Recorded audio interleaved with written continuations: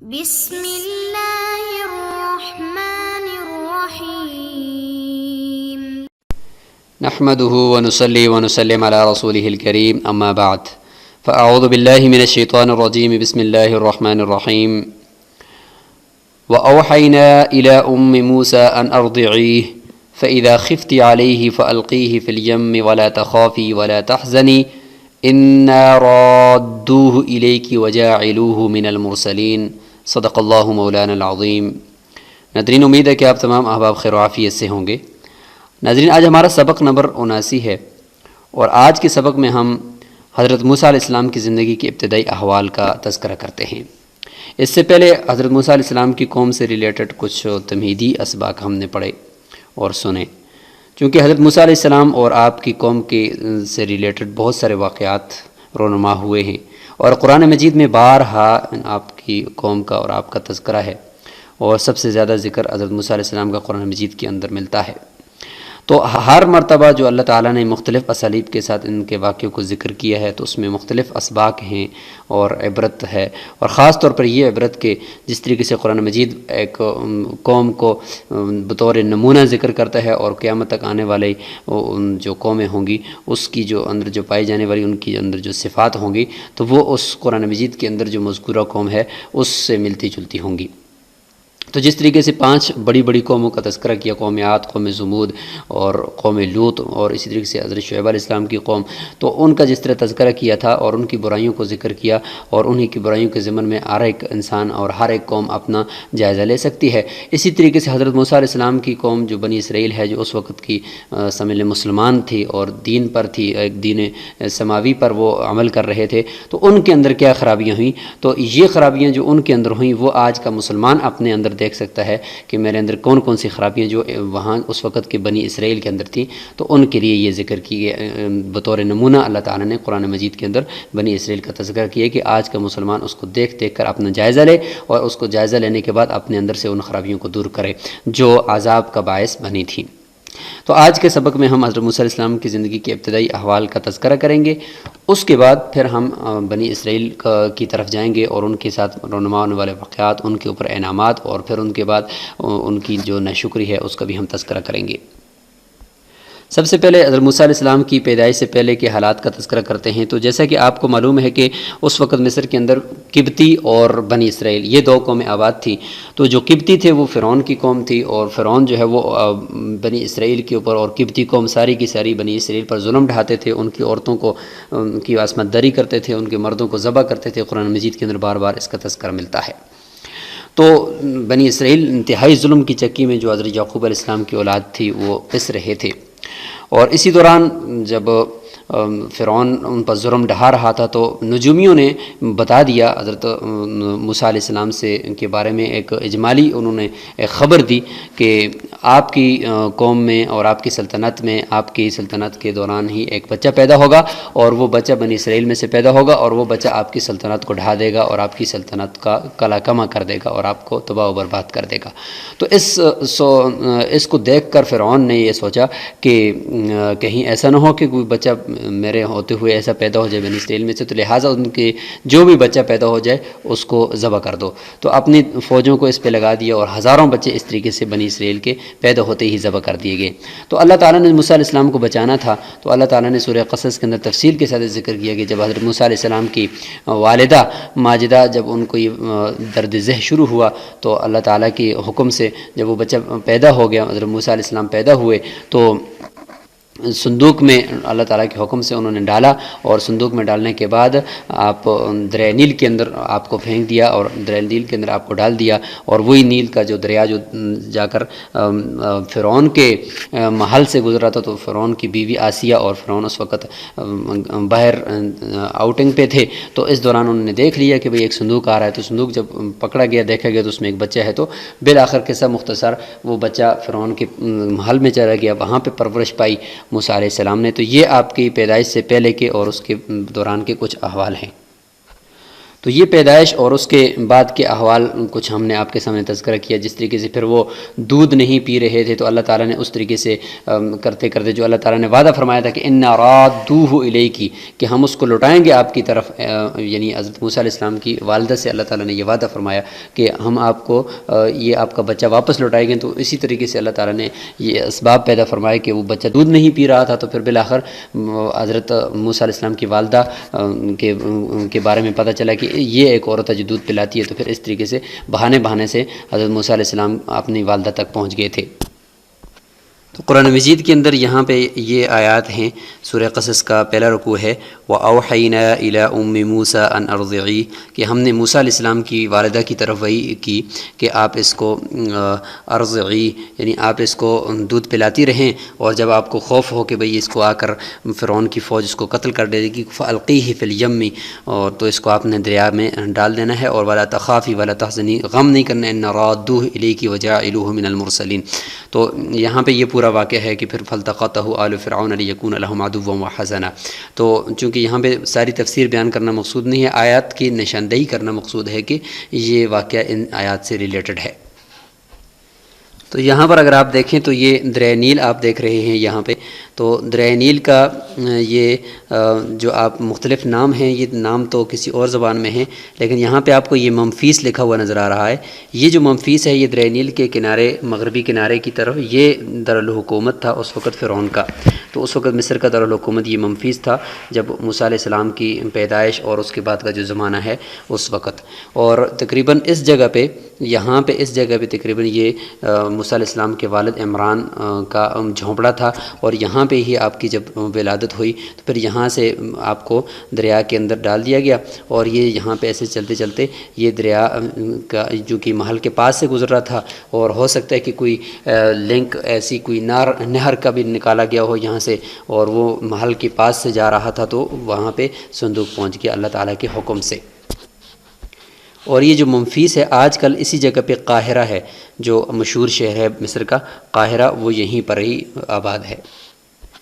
اس نقشے میں ذرا تھوڑا اور واضح آپ ممفیس کی، اس کو یہاں پہ منفیس لکھا ہوا ہے، لیکن یہ کہ ممفیس یا ممفیس یہ دونوں یہاں پہ مورخین اس کو لکھتے ہیں. تو یہ شہر یہاں پہ بالکل دریائے نیل کا جہاں سے ڈیلٹا بنتا ہے اس کے بالکل یہ قریب واقع ہے. تو ناظرین بالآخر فرعون کے محل میں اللہ تعالیٰ نے موسیٰ علیہ السلام کو پرورش کا موقع دیا، اور پرورش پائی آپ نے وہاں پر، اور بڑی ہی عزت اور اکرام کے ساتھ وہاں پہ پرورش پائی. اور اللہ تعالیٰ نے فرعون کی بیوی آسیہ جو اس وقت وہ مسلمان تھی، اس وقت کے دین پر وہ اسلام لا چکی تھی، تو اس کو اللہ تعالیٰ نے اس کی خدمت میں لگا دیا، اور پھر موسیٰ علیہ السلام کی پرورش وہاں پہ بہت ہی اچھے طریقے سے ہوئی. تو جو ہی حضرت موسیٰ علیہ السلام بڑے ہوئے، نوجوان ہوئے، تو ان کو اس چیز کا تو بالکل علم ہو گیا کہ بنی اسرائیل کو یہاں پہ کیسے ظلم ستم ان کے اوپر ڈھایا جا رہا ہے، اور وہ کس طرح کی غلامانہ زندگی گزار رہے ہیں. تو یہ اس چیز کو محسوس کرتے رہے، لیکن کچھ بول نہیں سکتے تھے، چونکہ محل کے اندر ہی رہتے تھے، فرعون کے ساتھ ہی رہتے تھے، تو اس لیے کچھ بول نہیں سکتے تھے. تو ایک دفعہ بازار کے اندر دیکھا تو ایک قبطی بنی اسرائیلی کو مار رہے، تو بنی اسرائیلی نے موسیٰ علیہ السلام سے مدد طلب کی. تو موسیٰ علیہ السلام نے اس قبطی کو ایک مکہ مارا، تو جس کی وجہ سے وہ وہیں پہ مر گیا، اور قبطی وہاں پہ گر گیا اور ختم ہو گیا. تو حضرت موسیٰ علیہ السلام بہت پریشان ہوئے کہ یہ تو مجھ سے خطا ہوگی، مارنے کا ارادہ نہیں تھا، لیکن وہ بندہ آپ کے اس ٹھوکر سے اور آپ کی اس مار سے وہ ختم ہو گیا. تو یہاں پر ان آیات کے اندر اس واقعے کی طرف اشارہ ہے کہ وَدَخَلَ الْمَدِينَةَ عَلَى حِينِ غَفْلَةٍ مِّنْ أَهْلِهَا فَوَجَدَ فِيهَا رَجُلَانِ يَقْتَتِلَانِ، کہ آپس میں لڑائی جھگڑے کر رہے تھے دو مرد، هَذَا مِنْ شِيَعَتِهِ وَهَذَا مِنْ عَدُوِّهِ، ایک تو ہے موسیٰ علیہ السلام کے اپنی قوم کا تھا اور دوسرا اس کی دشمن قوم کا تھا، یعنی قبطی تھا. فَاسْتَغَاثَهُ الَّذِي مِنْ شِيعَتِهِ عَلَى الَّذِي مِنْ عَدُوِّهِ فَوَكَزَهُ مُوسَىٰ فَقَضَىٰ عَلَيْهِ، کہ ان کو ایک گھونسا مارا، ایک مکہ مارا، تو فقضاء علیہ ان کے اوپر وہ فیصلہ کن ثابت ہوا اور ختم کر دیا اس کو. اور موسیٰ علیہ السلام نے پھر یہ فرمایا کہ هَذَا مِنْ عَمَلِ الشَّيْطَانِ إِنَّهُ عَدُوٌّ مُضِلٌّ مُبِينٌ. پھر آگے استغفار بھی فرمایا کہ ربی انی ظلمت نفسی فاغفر لی فغفر اللہ، تو اللہ تعالیٰ نے بھی ان کی بخشش فرمائی، انہ هو الغفور الرحیم. انہیں آیات میں اگر آپ نیچے دیکھیں تو دیکھیں لکھا ہوا ہے کہ فَأَصْبَحَ فِي الْمَدِينَةِ خَائِفًا يَتَرَقَّبُ، کہ حضرت موسیٰ علیہ السلام پھر شہر کے اندر جب پھرتے تھے تو بڑے ہی خوف زدہ تھے کہ کہیں مجھ سے بدلہ لینے کے لیے لوگ نہ پہنچ جائیں۔ تو ادھر سے فرعون کے محل میں بھی بات پہنچ چکی تھی کہ موسیٰ علیہ السلام نے قتل کر دیا ہے۔ پہلے تو پتہ نہیں چل رہا تھا، لیکن یہ کہ پھر آہستہ آہستہ مخبری ہوئی تو پتہ چل گیا، تو پھر آپ بہت ہی غمگین تھے اور فرعون کی فوجیں آپ کو تلاش کرنے لگ گئیں کہ آپ کو قتل کیا جائے گا بدلے میں، کہ محل کے اندر رہتے ہوئے اور محل کے اندر پلا بڑا اور پرورش پائی اور پھر ہمارے ہی بندے کو مار دیا اور ہمارے ہی آستین کا سانپ بن گیا، تو اس لیے آپ کو بھی قتل کرنے کا ارادہ ہوا۔ تو جب حضرت موسیٰ علیہ السلام کو اس چیز کا پتہ چلا کہ مجھے تو ابھی قتل کیا جائے گا، تو حضرت موسیٰ علیہ السلام کو آ کر ایک وہاں کے اس وقت کے ایک خیرخواہ آدمی نے آ کر خبر دے دی کہ آپ کے بارے میں یہ پلاننگ بنائی جا رہی ہے کہ آپ کو قتل کیا جائے گا، آپ یہاں سے ہجرت کریں۔ تو پھر اللہ تعالیٰ کے ارادے اور اللہ تعالیٰ کے حکم سے حضرت موسیٰ علیہ السلام وہاں مصر سے نکلے اور مدین کی طرف رخت سفر باندھا اور وہاں ہجرت کرنے کے لیے روانہ ہو گئے اور خوف زدہ تھے۔ تو ان کا بھی قرآن مجید کے اندر آیات کے اندر تذکرہ ملتا ہے، جیسے یہاں پہ دیکھیں کہ فلما اراد ان يبطش بالذي وعد قال يا موسى اتريد ان تقتلني كما قتلت نفسا بالامس، یعنی دوسرے دن بھی اس طرح کا ایک واقعہ ہوا تھا کہ ایک قبطی اور ایک بنی اسرائیلی آپس میں لڑ رہے تھے، تو وہاں پہ بھی جب موسیٰ علیہ السلام وہاں پہ فیصلہ کرنے کے لیے جب گئے تو اس نے یہ کہا کہ یعنی اپنے ہی بنی اسرائیلی کو جا کر غصہ کرنے لگے کہ تم نے کل بھی مجھ سے ایک بندے کو قتل کروایا اور آج پھر کرواتے ہو۔ تو یعنی یہ ذہن میں یہ بات سوچ کر گئے تھے، لیکن اس آدمی نے آگے جو دوسرا بنی اسرائیلی تھا اس نے فوراً یہ منہ سے بول ہی دیا کہ اتريد ان تقتلني كما قتلت نفسا بالامس، کہ تم مجھے قتل کرنا چاہتا جس طریقے کل تو نے ایک آدمی کو قتل کیا تھا۔ تو یہ بات ساتھ والے قبطی نے سن لی اور یہ جا کر فرعون کے محل میں بتا دی، تو پھر موسیٰ علیہ السلام کے لیے خطرہ ہو گیا۔ تو یہاں پہ جاء رجل من اقصى المدينة يسعى قال يا موسى ان الملأ يأتمرون بك ليقتلوك فاخرج، کہ ایک آدمی آیا اور اس نے کہا کہ آپ کے بارے میں تو وہاں پہ پلانک بن رہی ہے قتل کرنے کی، تو آپ یہاں سے نکلیں۔ تو فخرج منها خائفا يترقب قال رب نجني من القوم الظالمين ولما توجه تلقاء مدين، تو یہاں پہ مدین تک پہنچنے کا جو سفر ہے اس کا یہاں پہ مختصر تذکرہ ہے۔ اب ہم یہ طے کرتے ہیں کہ کس راستے سے موسیٰ علیہ السلام مصر سے مدین کی طرف انہوں نے پہلے ہجرت کی تھی۔ تو ناظرین یہاں پہ خلیج سویز آپ دیکھ رہے ہیں، اور یہاں پہ یہ خلیج سویز ہے اور یہ خلیج عقبہ ہے، اور یہاں پہ یہ ایلا بستی ہے جس کے بارے میں ہم نے سبق پڑھ لیا ہے کہ مچھروں کی بستی ہے، اور اس طرف یہ دریا نیل یہاں سے اس طرف سے ایسے جا رہا ہے نیچے۔ تو یہاں اس طرف منفیس جو دارالحکومت اس کا بھی ہم نے تذکرہ کیا تھا۔ اب یہاں سے موسیٰ علیہ السلام چلے ہیں اور اس راستے سے ایسے گئے ہیں، اور یہاں سے بالکل صحرائے نیچے یہ وادی تی ہے، صحرائے سینہ ہے، اسی جگہ پر کوہ طور بھی تقریباً یہاں پر واقع ہے، اور یہ سارے کا سارا صحرائے سینہ ہے، اور اس وادی تی کے اندر 40 سال تک بنی اسرائیل گھومتے رہے، وہ آگے انشاءاللہ اس کا تذکرہ آئے گا۔ تو بہرحال جو یہاں پہ مقصود ہے بتانا وہ حضرت موسیٰ علیہ السلام کی ہجرت کا راستہ بتانا ہے۔ تو یہاں سے ایسے ہجرت کی آپ نے، اور یہ نیچے وادی تی کے اندر اس مرتبہ نہیں آئے، وہ واپسی پہ آئے تھے، جب مدین سے واپس مصر کی طرف آ رہے تھے اس وقت آئے تھے۔ ابھی فی الحال جب ان کا راستہ یہاں اوپر سے اس شارٹ راستے سے گئے ہیں، اور یہ ایلا بستی، اور پھر یہاں سے ایسے آئے ہیں اور یہاں پہ آ کر یہ مدین میں پہنچے ہیں، اور اس جگہ پہ جب پہنچے تو وہاں پہ ایک کنواں ہے، اور اس کنویں کے پاس لوگ اپنے مویشیوں کو پانی پلا رہے تھے۔ تو وہاں پہ 2 بچیاں تھیں، وہ پانی نہیں پلا رہی تھی، 2 عورتیں وہ سائیڈ میں اپنے جانوروں کو لے کر بیٹھی ہوئی تھی۔ تو حضرت موسیٰ علیہ السلام نے ان سے لے کر ان سے پوچھا کہ بھائی آپ کیوں نہیں اپنے مویشیوں کو پانی پلاتے؟ تو انہوں نے یہ کہا کہ رش ہے اور ہم پانی نہیں پلا رہے، چونکہ ہمارا باپ بوڑھا ہے اور کوئی بھائی ہے نہیں ہے تو ہم خود پانی پلانے۔ تو آپ نے ان سے لے کر پانی پلا دیا، تو پھر وہیں پہ بیٹھ گئے، اور اس دوران وہ جب اپنے گھر چلی گئیں تو وہ حقیقت میں حضرت شعیب علیہ السلام کی بیٹیاں تھیں، صاحبزادیاں تھیں۔ تو انہوں نے جا کر والد صاحب کو بتایا۔ تو اس طریقے سے مختصراً یہ کہ موسیٰ علیہ السلام حضرت شعیب علیہ السلام کے پاس پہنچ گئے اور حضرت شعیب علیہ السلام سے ملاقات فرمائی۔